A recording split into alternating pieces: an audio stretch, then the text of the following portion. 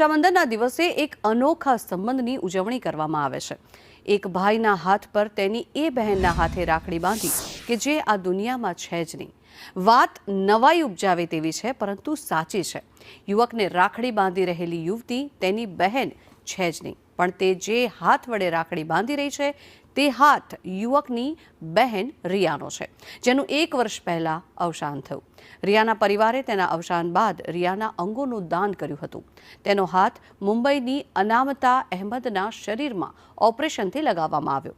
અનામતાએ વીજ કરંટને કારણે થઈને પોતાનો એક હાથ ગુમાવી દીધો હતો। જોકે રિયાએ તેને નવું જીવન આપ્યું, જેનો આભાર વ્યક્ત કરવા અનામતાનો પરિવાર રક્ષાબંધન પર મુંબઈથી વલસાડ રિયાના ઘરે આવ્યો। આ દરમિયાન અનોખા દ્રશ્યો પણ સામે આવ્યા। અનામતાએ રિયાના ભાઈ શિવમને એ જ હાથે રાખડી બાંધી, જેનાથી રિયા તેને રાખડી બાંધતી હતી। આ સમયે બંને પરિવારોમાં ભાવુક દ્રશ્યો પણ સર્જાયા। રિયા આ દુનિયા છોડીને ચાલી ગઈ છે, પરંતુ બીજા લોકોને નવું જીવન આપતી ગઈ છે। કદાચ આ એ જ માનવતાનું અનોરું બંધન છે।